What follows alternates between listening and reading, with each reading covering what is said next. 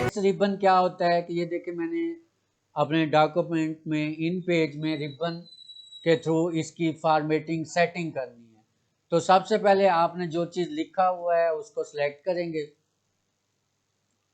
पहला ऑप्शन देखें क्या है, नॉर्मल है, ठीक है। उसके नीचे देख रहे हैं ये 5 किस्म की अलाइनमेंट है। हमने MS वर्ड में 4 किस्म की पढ़ी थी, यहाँ पे कितने किस्म की है, 5 किस्म की। अब यहाँ पे आप गौर करेंगे, यहाँ पे आप देखना जैसे मैं वो करता हूँ।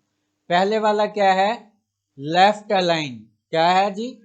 अब इसमें नीचे इसकी शॉर्ट की भी दी हुई है, लेफ्ट अलाइन की है Ctrl+Alt+L। ये देखें आपकी टेक्स्ट कहाँ आ जाएगी, लेफ्ट साइड पे। अब इसी तरह इसको आप लेफ्ट साइड पे कर लेते हैं, ये पूरे को सिलेक्ट करेंगे, इसको भी लेफ्ट साइड पे कर लेते हैं। उसके बाद ये अगली है, इसको आप क्या करते हैं, right side, by default right side पे है। तीसरी है, इसको क्या करते हैं आप, सेंटर अलाइनमेंट, हो गया सेंटर में। उसके बाद इसी को मैं कॉपी कर लेता हूं, Ctrl+C, यहां पे Ctrl+V कर देते हैं। अगली कौन सी अलाइनमेंट है, इसकी Ctrl+Alt+L है, राइट की Ctrl+Alt+R है, सेंटर की Ctrl+Alt+C है। अगली देखें जस्टिफाई है, इसको आप जस्टिफाई को क्या करेंगे, सिलेक्ट करेंगे, जस्टिफाइड हो जाएगा। इंप्लीमेंट तो नहीं हो रहा लेकिन आप फिजिकल हो जाता है। उसके बाद क्या है, फुल जस्टिफाई। फुल जस्टिफाई की क्या है, Alt+Ctrl+F, इसी को जस्टिफाई जब करते हैं ये जस्टिफाई हो जाएगा। क्लियर हो गया। तो बच्चे टोटल कितने किस्म की अलाइनमेंट है, 5, लेफ्ट, राइट, सेंटर, जस्टिफाई और फुल जस्टिफाई। आप इधर आ जाते हैं, इसको हम सेंटर फॉर एग्जांपल करते हैं।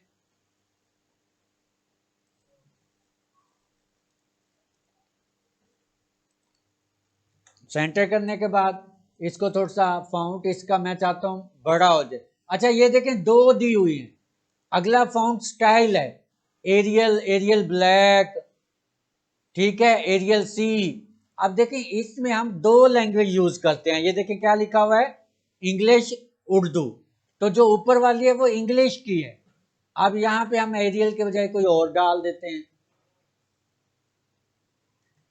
चेंज हो गया। ये देखिए इंग्लिश वाला।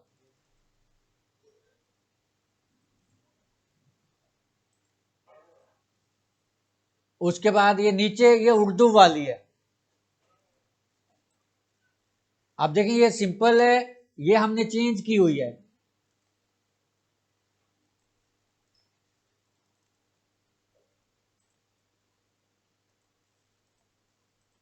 क्लियर है बच्चे। ये हमारी बाय डिफॉल्ट कौन सी होती है, नूरी नस्तालिक। उर्दू की कौन सी होती है, नूरी नस्तालिक।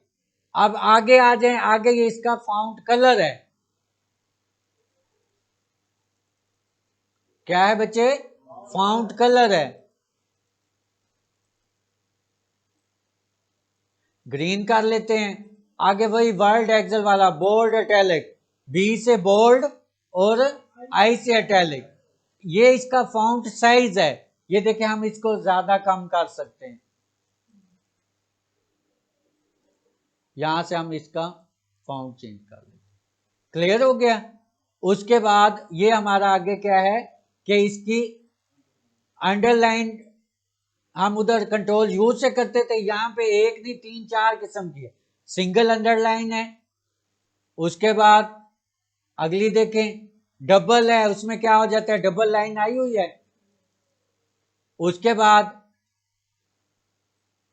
ओवरलाइन, उसके ऊपर लाइन आ जाएगी। उसके बाद बॉक्सेस, आपकी टेक्स्ट किस में आ जाएगी, बॉक्स के अंदर। ये सारे हमारा कौन सा था, इस पूरे रिबन को क्या बोलते हैं, ये सिर्फ टेक्स्ट की फॉर्मेटिंग के लिए होता है। आप उसके दरमियान हम क्या करते हैं, इसको सिलेक्ट करें, इसको आप एंगल दे दें, 0 है, इसे मैं कर देता हूं 10। स्पेस बढ़ गई है, इसको 0 कर दें, सेम आ गया। इसकी आइए इसको 100 से कम करते हैं, 85 पे करते हैं, तंग हो जाएगी।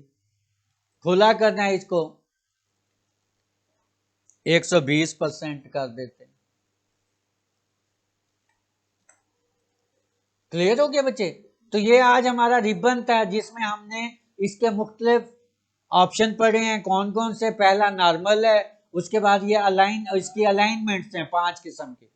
उसके बाद क्या है, अच्छा यहाँ पे देखें लाइन का गैप है,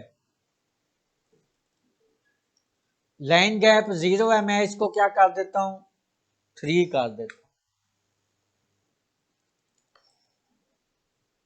15 कर देता हूं। बढ़ रहे, इसको कम ज्यादा भी कर सकते हैं। ये इसका इंग्लिश फाउंट स्टाइल है और ये उर्दू है। ये फाउंट कलर है इसका, ये बोल्ड और ये अटैलिक है। ये हम इसका फाउंट से कम ज्यादा कर सकते हैं।